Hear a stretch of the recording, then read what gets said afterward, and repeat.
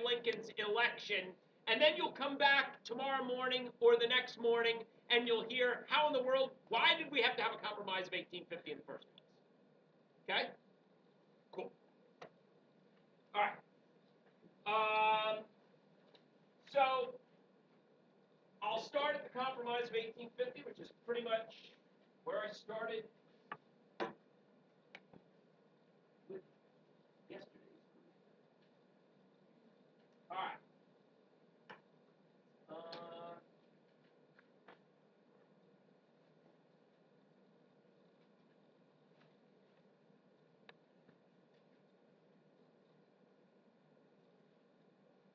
All right. Okay. Suffice it to say, are we good?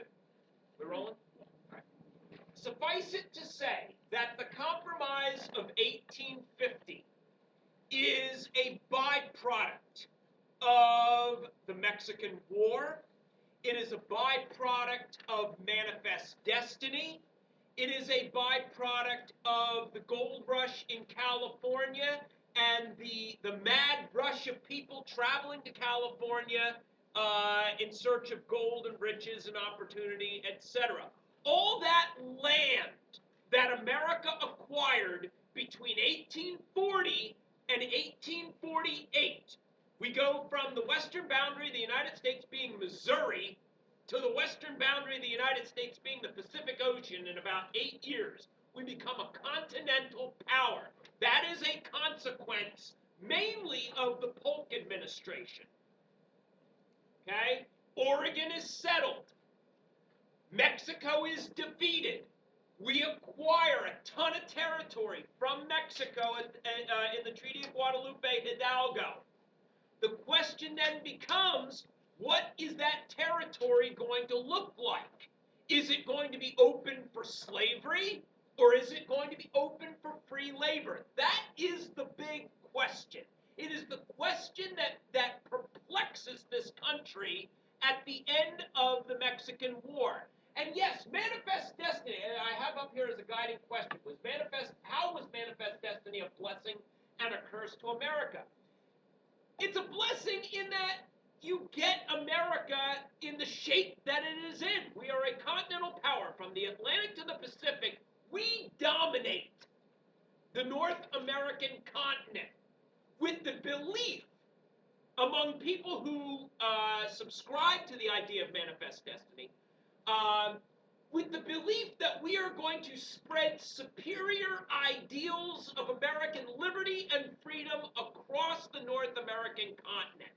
This is the idea of Manifest Destiny was something that united this country in purpose. Pretty much everybody believed we had a right to dominate the North American continent.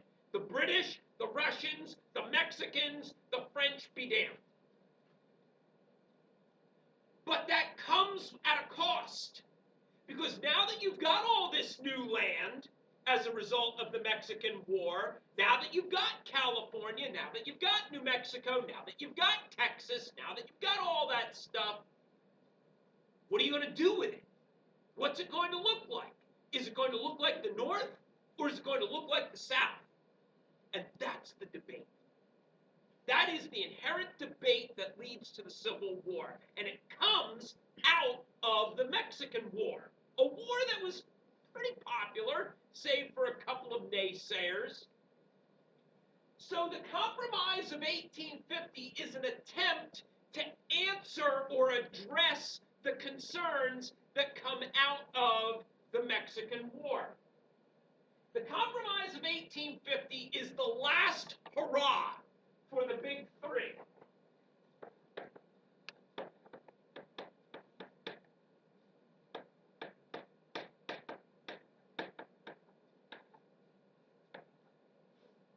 The three big senators who represent their respective sections of the country, Clay from the West, Calhoun from the South, Webster from New England, these three guys are going to try to craft a bill that will solve all of our problems.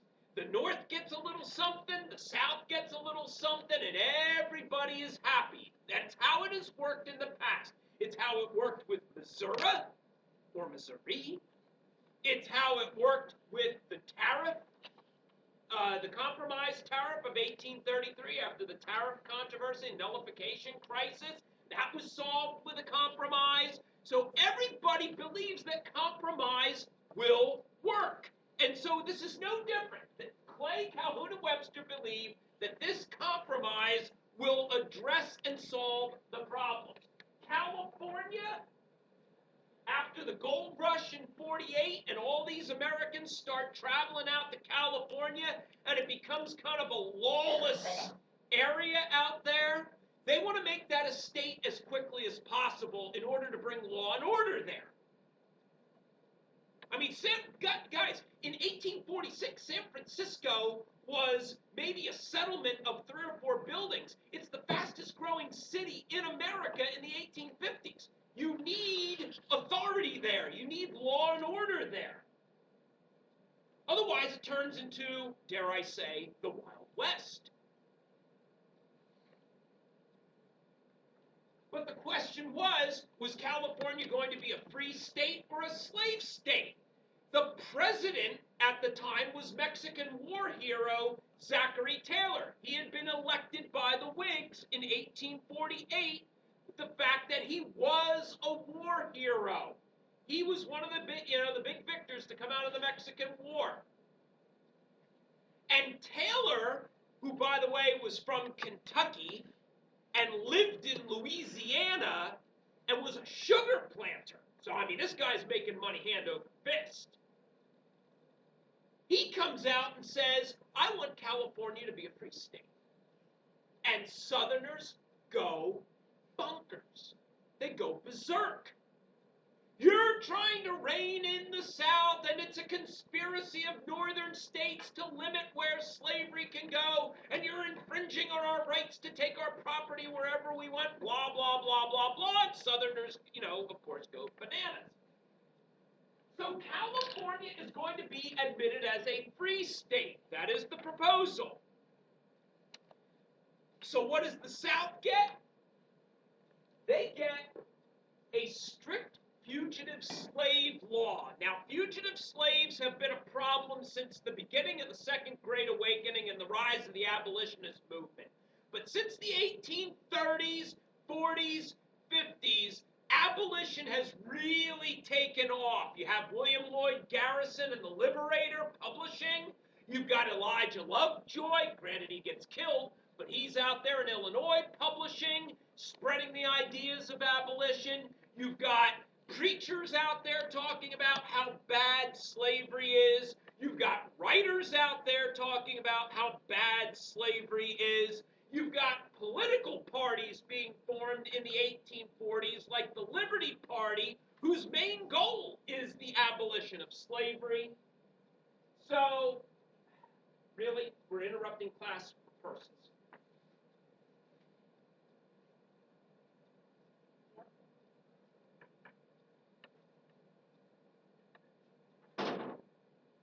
Anyway, where was I? Fugitive slave law. Thank you, fugitive slave law.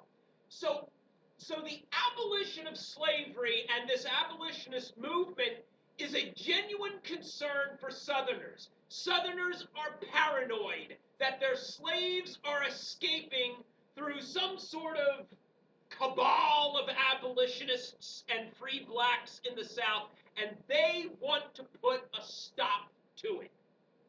The fugitive slave law that is enacted in the Compromise of 1850 allows Southerners to go into northern states and find fugitive slaves.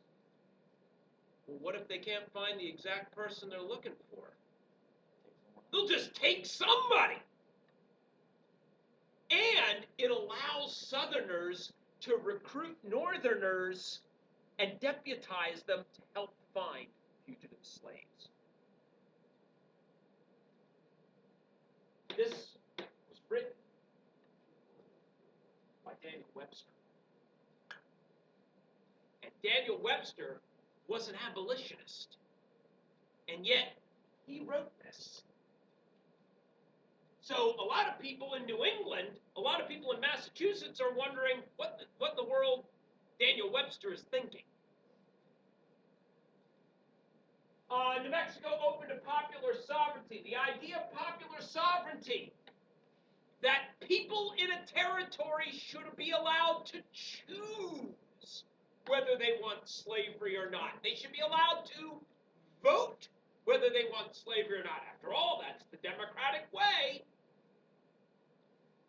And then banning the slave trade in D.C., but slavery was still okay. So you couldn't buy and sell slaves in D.C. That would look bad. Having a slave market in the middle of the capital of freedom and democracy, there was a hypocrisy there. But slavery was still okay in D.C. Now, Clay, Calhoun, and Webster put all this together in one bill, and they try to get the whole thing passed. An all-encompassing bill is sometimes referred to as an omnibus bill. How do you think that's going to do in Congress? Think Congress is going to vote on that? They're going to pick it apart. Northerners are not going to vote for the fugitive slave law. Southerners are not going to vote to allow California as a free state. It pleases no one. And so the omnibus bill is actually voted down. It's going to be up to a younger, more energetic senator to come in and salvage this compromise. The MVP of the compromise of 1850 is a young Illinois politician, fresh from the hayseeds of Illinois, the Great Plains. He comes to the rescue. He's a new man on the scene, part of that new generation of Americans who emerges as a member of the political class in the 1850s, and this Illinoisian's name is Abraham Lincoln. In 1850 is back home in Illinois practicing law for railroad companies, making money hand over fist because his political career went nowhere because he opposed the Mexican War. What? It's Stephen Douglas. It is Stephen Douglas.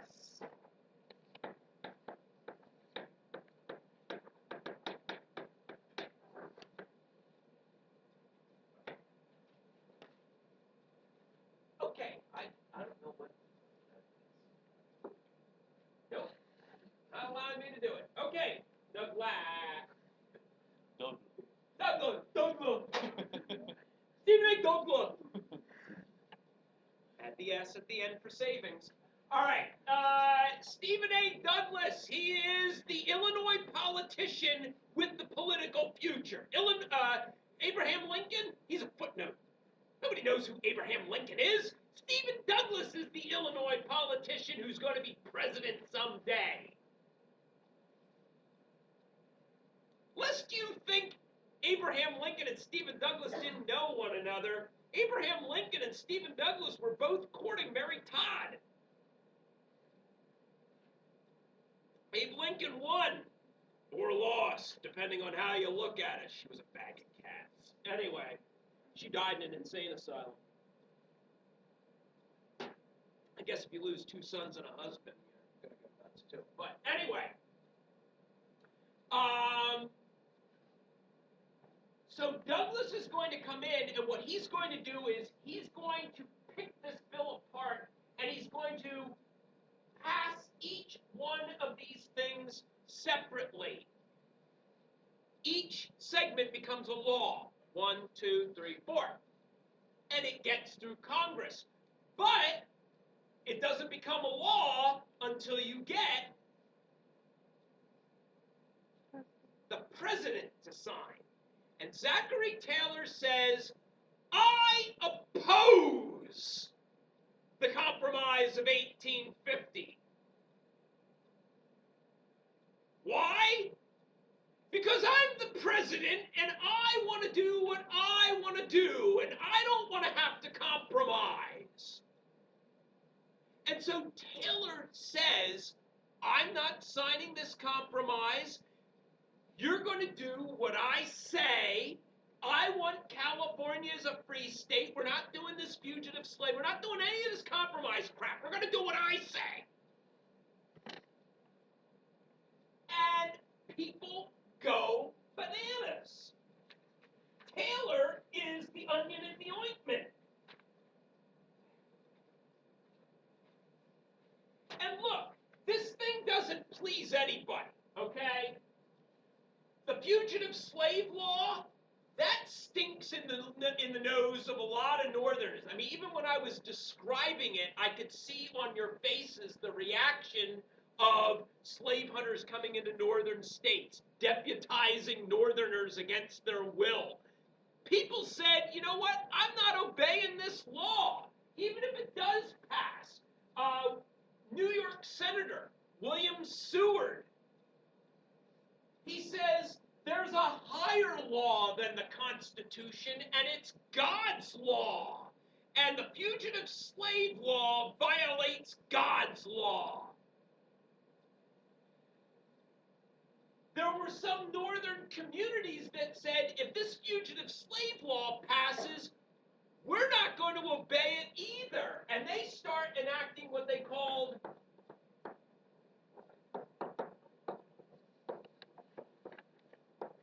personal liberty laws,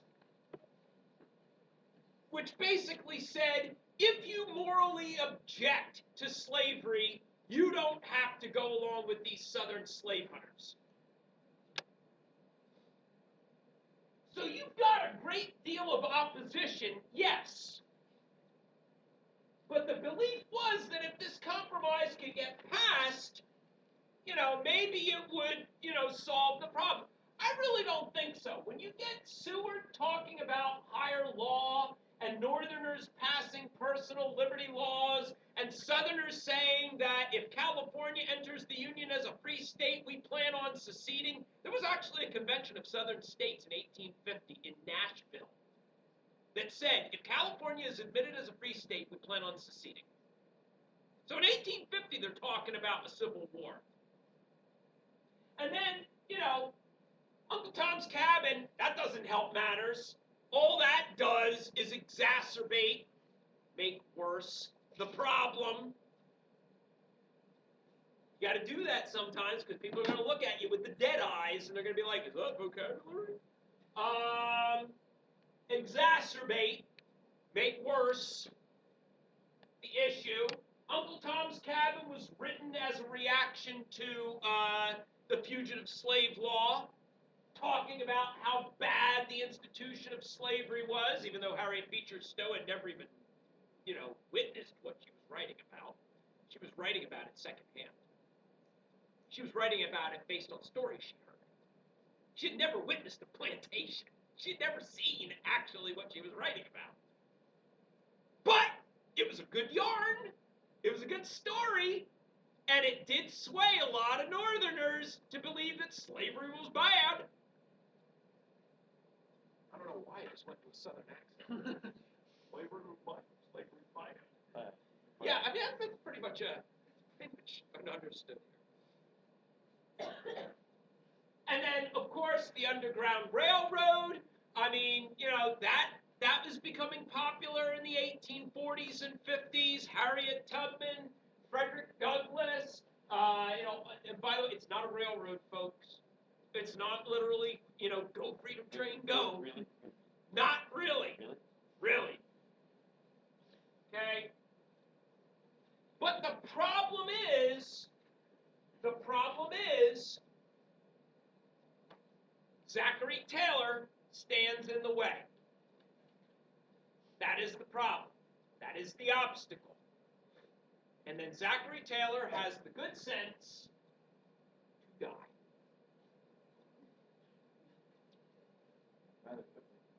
Rather quickly, rather suddenly. Some people were stroking their beards and clucking their tongues and thinking about, that was fortuitous. Here we are in the middle of the debate over this compromise, and the obstacle to it all of a sudden disappears. Taylor's dead. Millard Fillmore, the new president, signs the Compromise of 1850. There you go. In 1991, they exhumed Zachary Taylor's body to see if he had been poisoned. He died from gastroenteritis. He died from a bad case of food poisoning. He essentially pooped himself to death. Guys, that is not the way you want to go, by the way. Like Elvis, fat and dead on a toilet. Poor old, huh? Why do they have more in bed if he's pooping? But here, he contracted gastroenteritis on July 4th. They were having a ceremony out at the cornerstone of the Washington Monument, which had been laid the year before in '49. They had started building the Washington Monument. They were having and you know how Washington D.C. gets in the summertime, nice and hot and muggy and sticky and humid. It was one of those code red days you should be afraid of. And yet, what are they serving at this little function? Milk.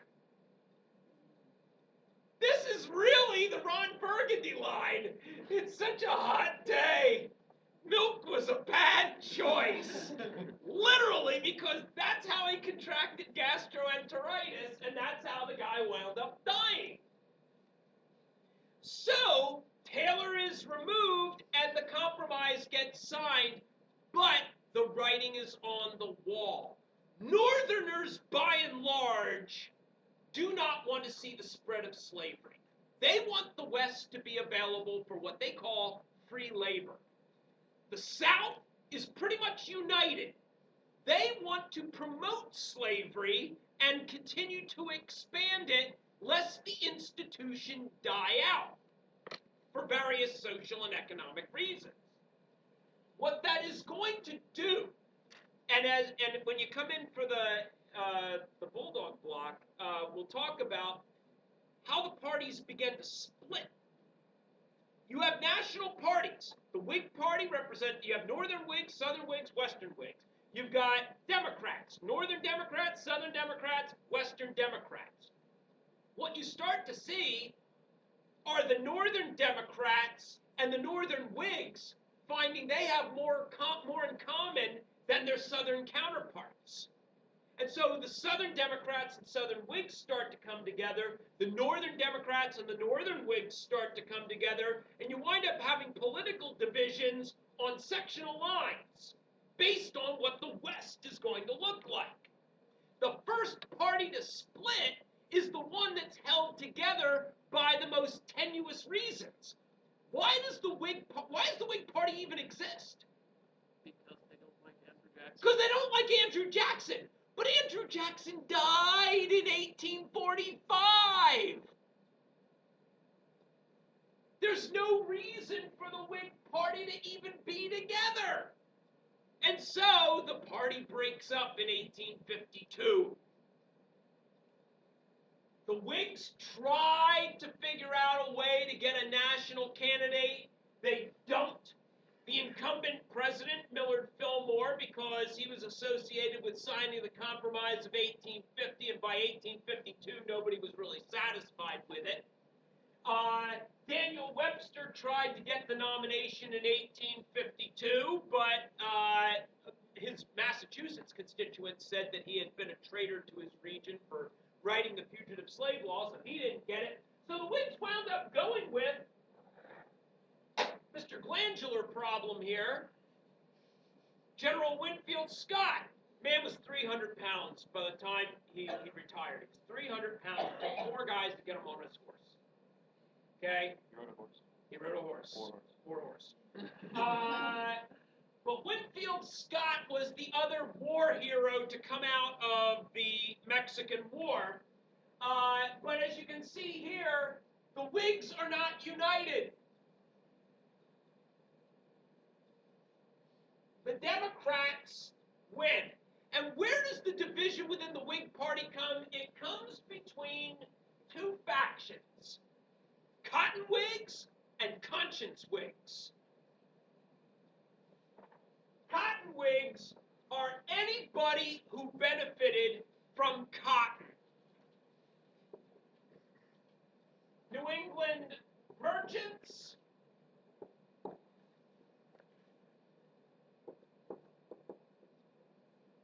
Southern planters. Those are your Whigs, your cotton Whigs. New England textile owners and Southern planters. Your conscience Whigs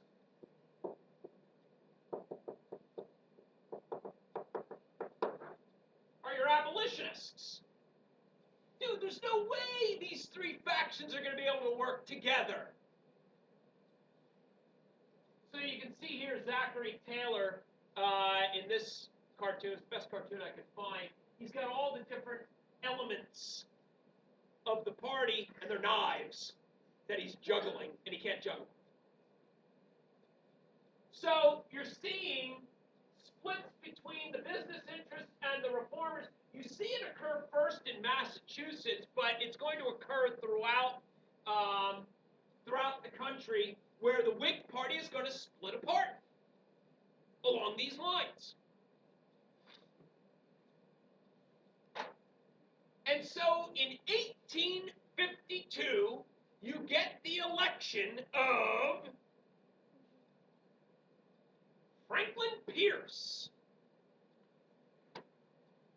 Nathaniel Hawthorne's roommate at Bowdoin College. Yeah, I know. Go figure. They were college drinking buddies. Yeah, the problem was Pierce didn't stop. Pierce was an alcoholic and a very ineffectual president. But he had served in the Mexican War. He was a Northerner. He was from New Hampshire, but he had Southern sympathies. Those were called dough faces. They were malleable, pliable, able to change their position to suit the needs of the time. So Pierce is a Northerner with Southern sympathies. He appeals to the country. He's young. He was in the war. He's a relative unknown. He was what was called a dark horse, a compromise candidate. The Democrats couldn't decide on the top four, so they went with candidate, number 10. And Pierce's attitude was, why don't we keep expanding? That seems to unite the country. The Mexican War tended to unite the country. Everybody got behind the idea of manifest destiny. Everybody got behind Jefferson with the Louisiana Purchase. Everybody went on the Oregon Trail. Why don't we expand the country, and that will solve the sectional issues? But if we've already got the North American continent, where are we going to look? Cuba and Hawaii. Where? Cuba and Hawaii. Cuba and Hawaii. We're going to start to look outside the North American continent. A lot of people believe that Franklin Pierce was the tool of Southerners. I would just characterize Franklin Pierce as a tool and be done with it. And the people that supported Pierce called themselves Young America, your uber nationalists, the people who were looking to expand and create an American empire. And if you don't think I'm correct here, just take a look at what we were interested in during the Pierce administration. We buy the Gadsden Purchase. Guys, we paid more for this chunk of land than we paid for the Louisiana Purchase. And it's in the middle of the desert in Arizona and New Mexico.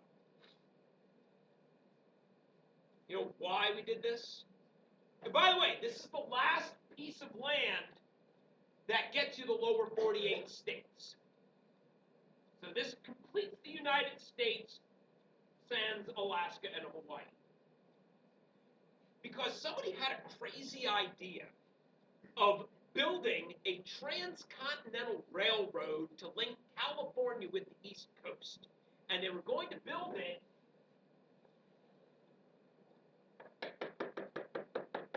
along a southerly route. And there's a natural gap in the mountains right there.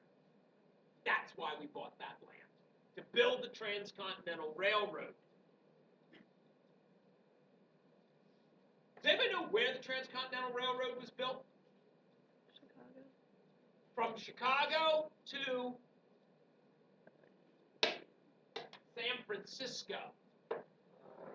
It was built along a northerly route. Why? Because it was built during the Civil War.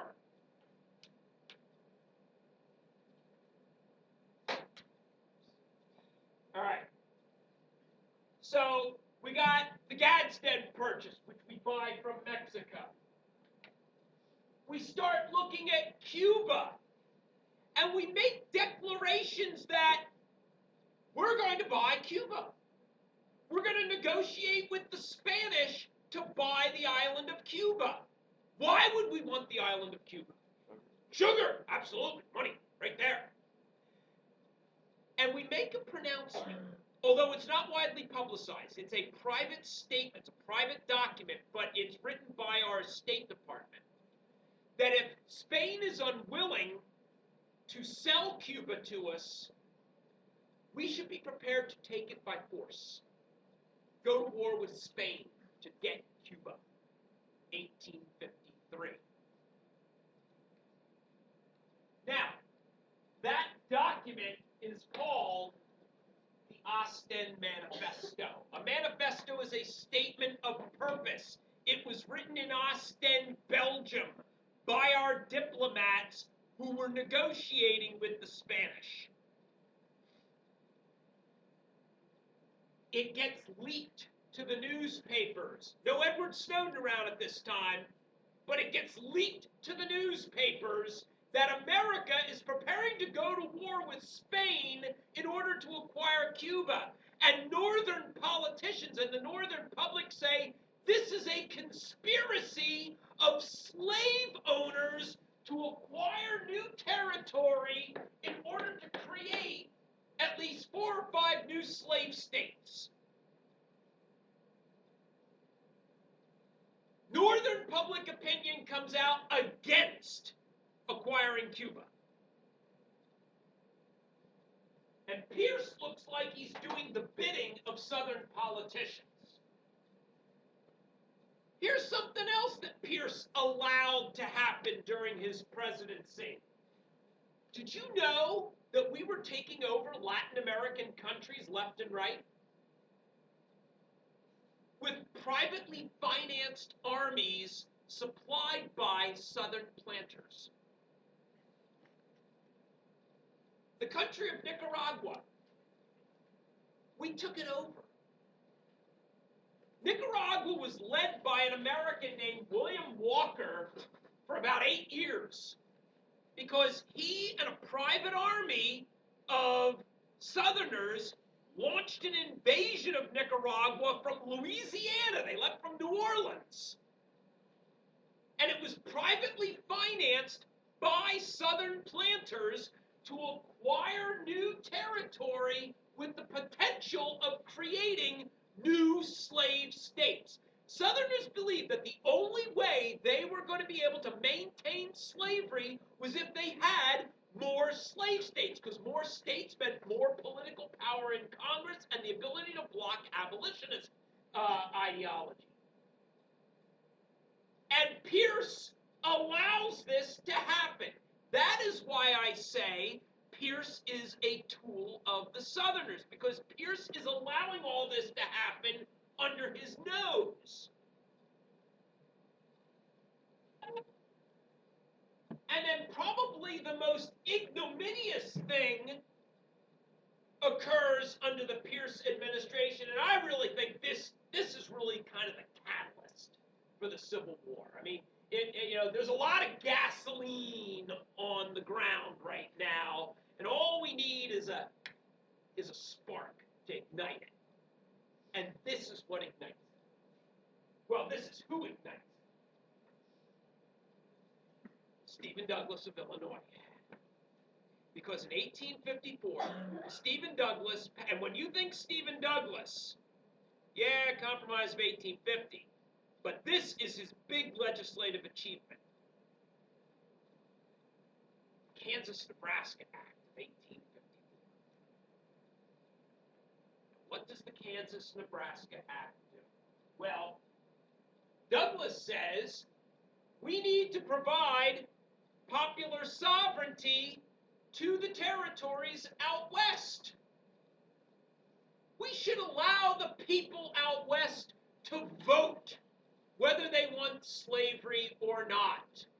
I mean, that's the democratic thing to do.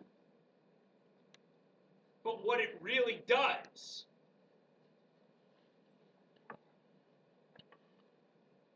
remember this line? 3630? What was that line? Missouri Compromise. That was the Missouri Compromise of 1820. The Kansas-Nebraska Act repeals it. It basically opens up the West to the potential of slavery. Now, why is Stephen Douglas, an Illinois Democrat, a Northern Democrat, passing a law that so clearly is meant to curry favor with the South? Why do you think Douglas is doing this? So he could run for president? So he could run for president. He could say, I'm a Northern politician who has done things to help the South. I've opened up the West to you. Vote for me. 4'9", Stephen A. Douglas. He is a small man. Can you imagine what that must have been like for Mary Todd? She's got Stephen A. Douglas, 4'9", and Abraham Lincoln, 6'4".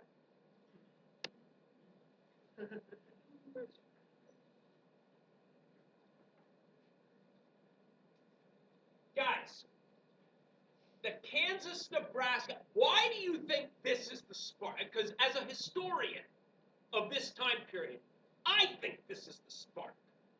Why do you think this is the spark?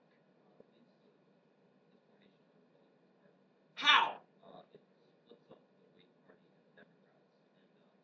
The Whigs and the Democrats split on this issue.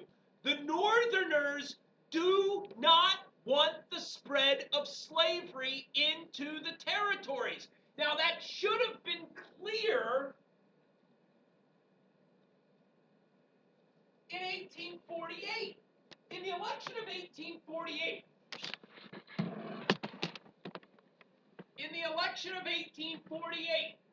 you had seen the formation of something called the Free Soil Party. Now, it's different than the Liberty Party. The Liberty Party had been for abolition of slavery. The Free Soil Party said, no. We just want to contain slavery where it is. It's fine in the South, but we just don't want it going into the West. We want the West to be available for free labor. We want free labor to be able to compete for wages and earn a living. We don't want free labor to have to compete with slave labor. That's the whole free labor ideology. So this was mainly a Northern effort. You're going to see Northern Democrats and Northern Whigs unite in common cause against the Kansas-Nebraska Act. Now, they're initially going to call them, oh yeah, there you go, the Free Soil Reaction. How about that for a cartoon? Boy, they knew political cartoons back then. No thanks. Slavery literally being rammed down the throat of free soilers. By the Democrats, they claimed, on a Democratic platform of Kansas, which refers to Kansas, Nebraska, Cuba, the Ostend Manifesto, and Central America, the filibustering expeditions. Oh, yeah, which, by the way, I know I'm moving fast here, but the word filibustering, I know that's a word that's used in the Senate as a way of hijacking the debate. The word filibuster comes from the Spanish word filibustero, which is a Spanish word for pirate. So someone hijacks. William Walker hijacked Nicaragua. Senators hijacked the debate, filibustering.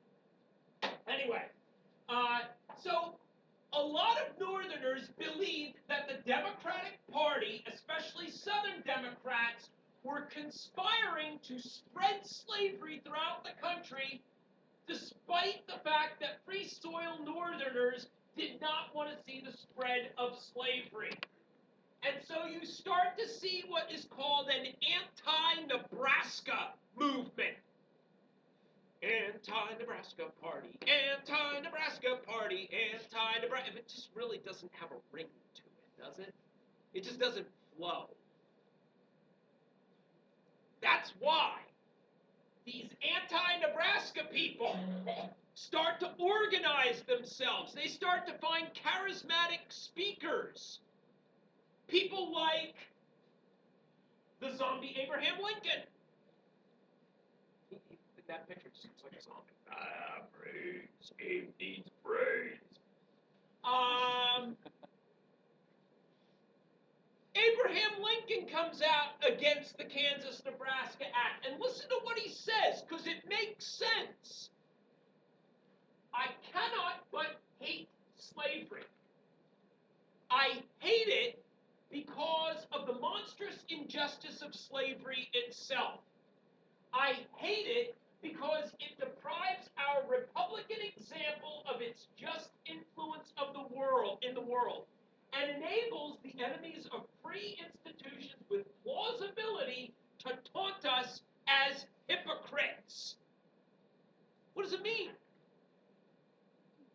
We're hypocrites because we talk about liberty and stuff, but we have slaves. Yeah, the King of England back at the end of the American Revolution. George III said, "How is it that the loudest yelps for freedom come from slave owners?" So Lincoln is recognizing the inherent hypocrisy in a country that owns slaves yet claims to be a land of the free. And he says you need to square that circle. And opening up Kansas and Nebraska to the possibility of slavery is not going to do that.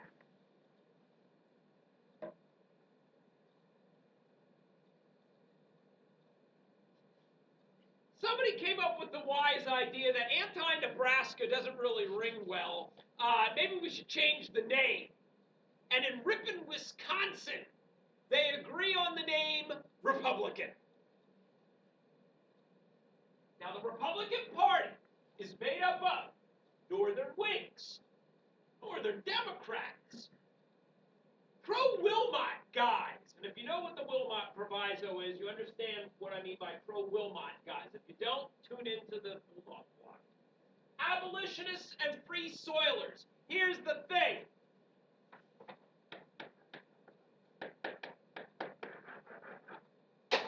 It is a party that represents the North.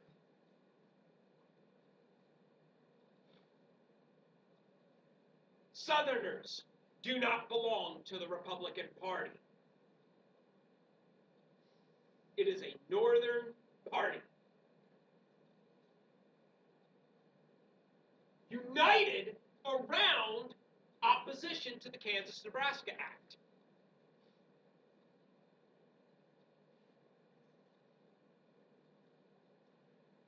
Now, if you've got people going into a territory to determine whether they're going to have slavery or not, you're going to have pro-slavery and anti-slavery forces in that territory. Eventually, they believe so much in their cause, they're going to wind up fighting one another. And what the Kansas-Nebraska winds up doing is turning the West into a battleground.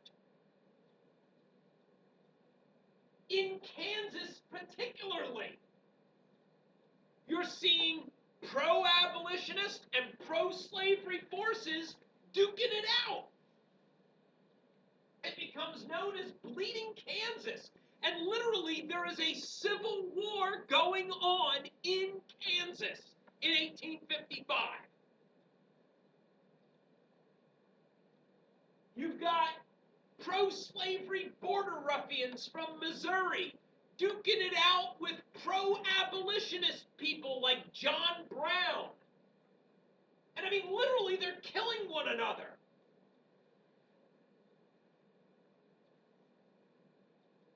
John Brown and other radical abolitionists are going to go out to Kansas. They're going to kill Southerners. They're supplied with guns by ministers. I mean, you have churches back in the Northeast that you know how at your church you have like the canned food drive. It's like what is it, load the truck or whatever. We have at our church we have a load the truck thing. Fill up the truck with canned goods. This is load the truck with guns to send to the abolitionists doing battle against the slave owners in Kansas. People like Henry Ward Beecher, who was a minister. Beecher. Where have I heard that name before? This is Harriet Beecher Stowe's brother. Harriet Beecher Stowe wrote Uncle Tom's Cabin. Henry Ward Beecher supplied guns to abolitionists in Kansas. Catherine Beecher said women should go out and be teachers. Lyman Beecher founded a college. The Beecher family was pretty well known.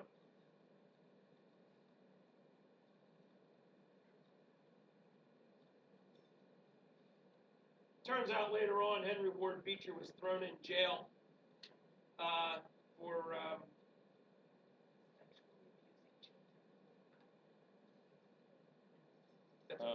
that's a footnote. Never on a test, but interesting little piece of salacious detail. Guys, the debate over what's going on in Kansas even spills out onto the floor of the Congress. You've got senators battling senators. Actually, Brooks was a representative, Preston Brooks.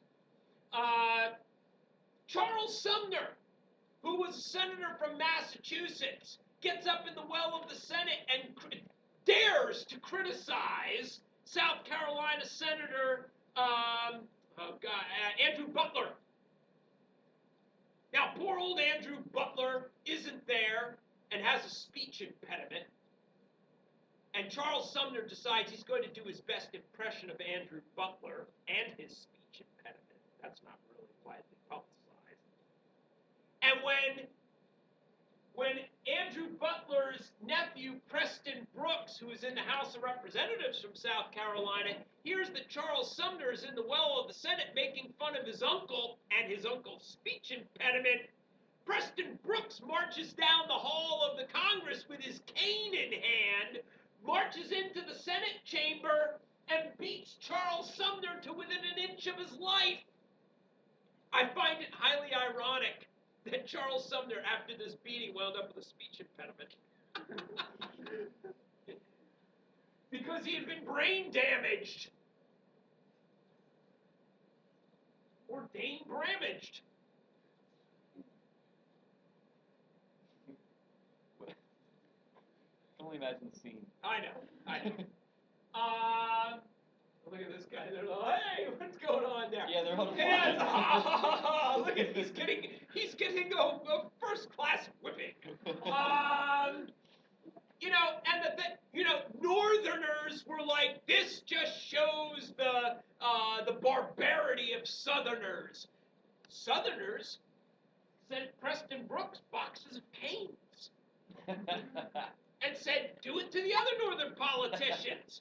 But, I mean, guys, this is all stemming from the debate over slavery in Kansas and Nebraska and the West. Now, in the election of 1856, Kansas-Nebraska has been passed, Bleeding Kansas has occurred, Charles Sumner's been beaten, all this has happened, and so the election of 1856 is set against the backdrop of these divisions. And Franklin Pierce is dumped by the Democratic Party because he's unpopular and ineffective. So the Democrats nominate James Buchanan. Now, James Buchanan in 1856 has held basically every political office there is. He is 65 years old. He is a veteran of American politics. He had recently been Secretary of State. He was also author of the Ostend Manifesto. But I digress. So the Democrats nominate an experienced guy with a long resume, believing that he will solve the problems.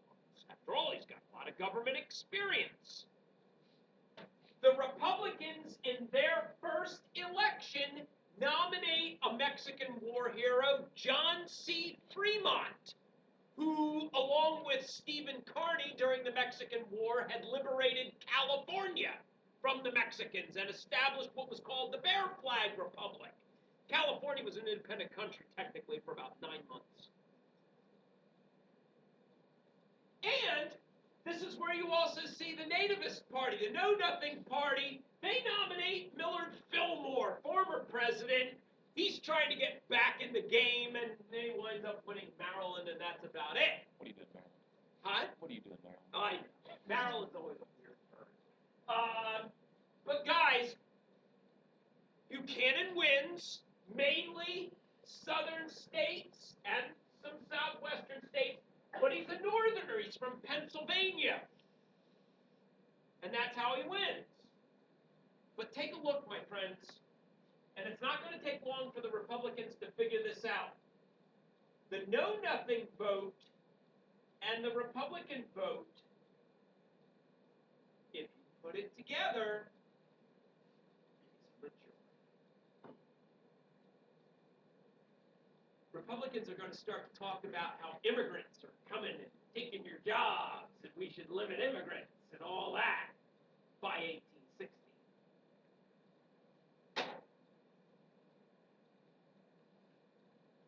So in 1856, you get the election of a Democrat, but guys, the writing is on the wall. There's going to be a Republican president at some point. They just happen to be the majority.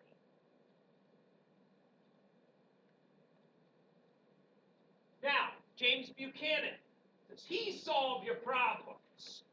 No. We've already talked about the nativists and the James Buchanan just steps in and makes matters worse by supporting the Lecompton Constitution, a pro-slavery constitution for the state of Kansas that the majority of Kansans have already voted on and said, we don't want it. But Buchanan lends the credibility of the presidency to this document. So basically, in the first months of his presidency, he looks like he's again doing the bidding of Southerners by trying to force a constitution on Kansas that they don't want.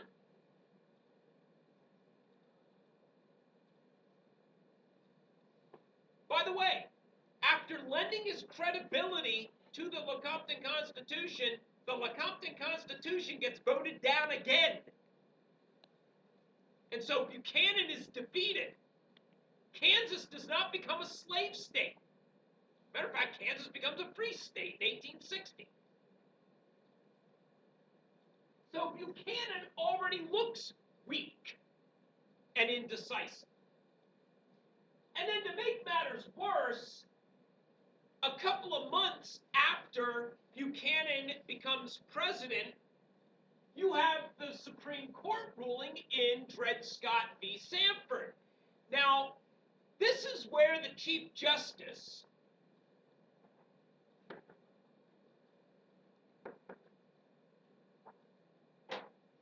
Roger Taney of Maryland, by the way, who had been nominated by Andrew Jackson. Roger Taney says Congress hasn't been able to solve the slavery issue. The president hasn't been able to solve the slavery issue. I think I can solve the slavery issue for you. And he uses the Dred Scott case as a means to try to do that. Now, Dred Scott had been a slave in Missouri. His master took him to Wisconsin. While in Wisconsin, the master dies.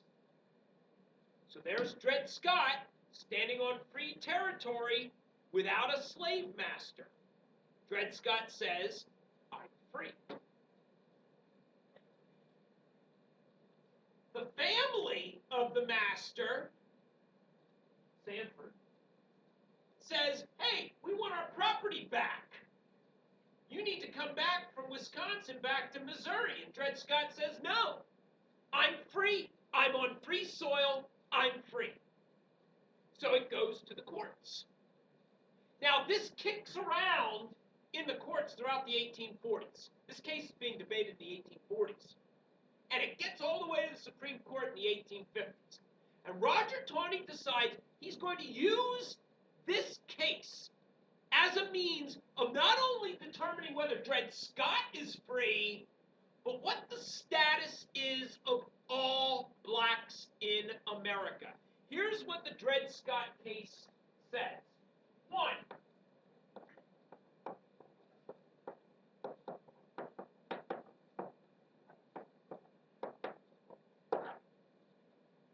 Dred Scott is property. It would be akin to this stool suing for its freedom. Can't do it. So Dred Scott is property and must be returned to his owners in Missouri. But Taney goes further.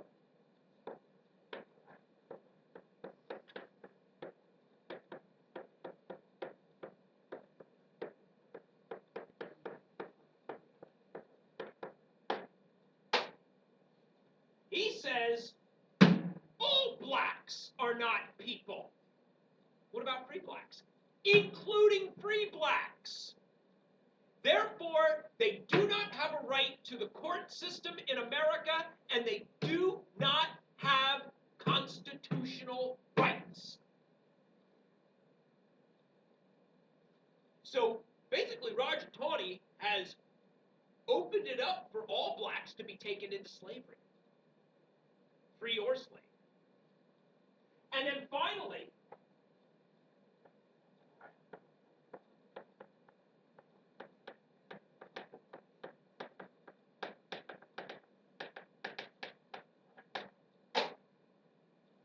he says the Missouri Compromise was unconstitutional. There can be no barriers to where you can take your slaves. Northwest Ordinance? No.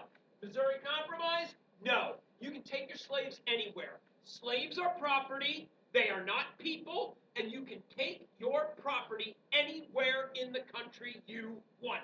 Basically, Roger Taney says the entire country is open to slavery, the end. Dred Scott should have ran to Canada. Yeah, that's what I was thinking. Well, that's what a lot of slaves did on the Underground Railroad in the 1850s. They just went right to Canada. He was already in Michigan. Oh, Wisconsin. Wisconsin, yeah. Just across the border. Yeah. Yeah. Panic of 1857. The South comes out okay. The North is damaged by it. Southerners believe that the South can survive on its own. Cotton is king. All right. Oh God, we don't need to know him. All right. So, against the backdrop of Kansas, Nebraska, bleeding Kansas, bleeding Sumner, the Dred Scott decision, the Lecompton debate, all of this stuff. You have a Senate election in Illinois in 1858. Stephen Douglas is preparing to run for president in 1860, but he's got to get reelected to the Senate first in 1858. And his challenger is former one-term Congressman Abraham Lincoln. Poor old Abraham Lincoln served one term in Congress and was never reelected again because he had opposed the Mexican War. But here comes Lincoln. And he says during the Lincoln-Douglas debates, in my opinion, the country, it will not cease to exist. It will not cease until a crisis shall have been reached and passed. A house divided against itself cannot stand. I believe this government cannot endure permanently half slave and half free. I do not expect the Union to be dissolved. I do not expect the House to fall. But I do expect it will cease to be divided. It will become all one thing or all the other. Lincoln is very prescient. He says, look, man, we can't have it both ways. We're either going to be a slave country or we're going to be a free country. I vote free.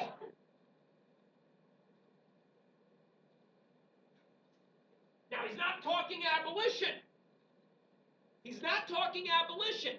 He's talking contain slavery, allow slavery to die a natural death, and America will eventually all become free. Abraham Lincoln, as a matter of fact, predicted that by 1900, slavery would eventually wear out as an institution. He was predicting by 1900.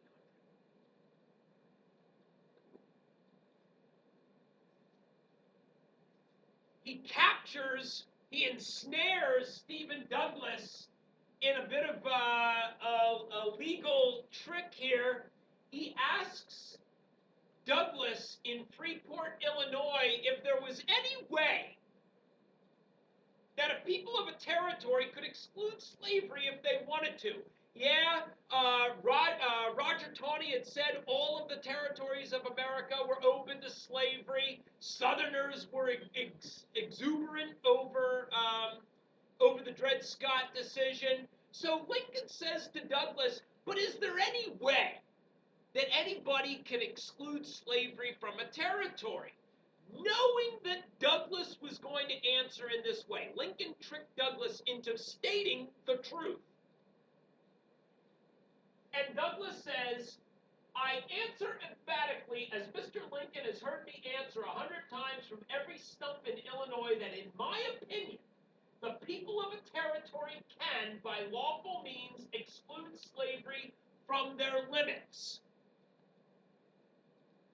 Now, Douglas is on record saying that people in a territory can exclude slavery after the Supreme Court said that they can't. Douglas wants to run for president. Will he get the nomination? Why? He divided himself from Southerners, and that's where the Democratic Party seems to have a base, in the South and Southwest. So how can you come out and say, yeah, you can exclude slavery, and hope to get the Southern vote? Not going to happen. By the way, Douglas wins. Douglas won that election. Lincoln lost. Abraham Lincoln lost every national election except the presidency. Every time Lincoln ran for office at the national level, except for his one term in Congress, he lost until he won the presidency. His only experience before being elected president was 1 2-year term in Congress.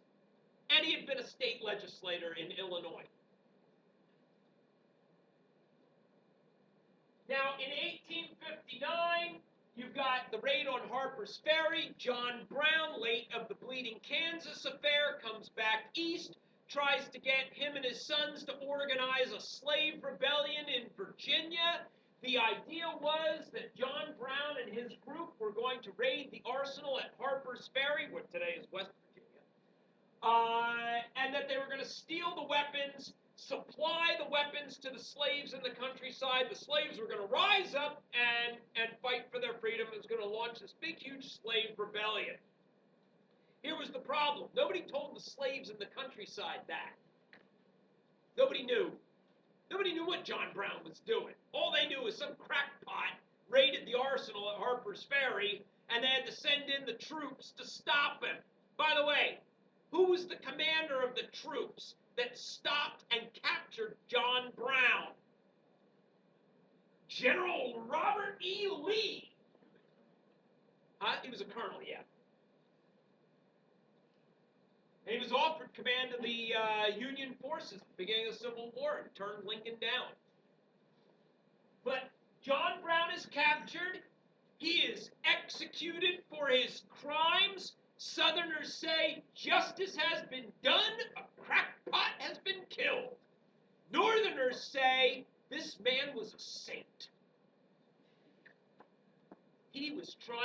free slaves. And he died for the cause. So, was he a saint? Was he a crackpot? Who knows? He was probably somewhere in the middle. But the raid on Harper's Ferry convinced many Southerners that there was a Northern conspiracy afoot. And all they needed was proof of this Northern conspiracy. And that proof comes in the form of the election of 1860. Stephen Douglas got the nomination of the Democratic Convention in Charleston, South Carolina. But when Stephen Douglas got the Democratic nomination, the Southern Democrats split from the Democratic Party. So the Democratic Party in 1860 goes the way of the Whig Party, like they did in 1852. Northern Democrats and Southern Democrats split. The Northern Democrats nominate Douglas. He wins Missouri. Oh, and like a couple of electoral votes in New Jersey. The Southern Democrats nominate sitting Vice President John C. Breckinridge of Mississippi. Solid South. They vote Breckinridge. The Clay Compromise people, the folks who would have followed Henry Clay had he not died, they nominate John Bell of Tennessee on the Constitutional Union ticket in the hopes of finding a compromise. And you get Tennessee, Kentucky, and Virginia because they're on the border. Compromise. And then the Republicans. They've got several candidates to choose from. William Seward, Edward Bates, Salmon Chase. That's right, salmon fish. Salmon Chase of Ohio. All three of these guys got more votes at the Republican convention in Chicago in 1860 than Abraham Lincoln. But nobody got the majority. And so, they went with a dark horse candidate.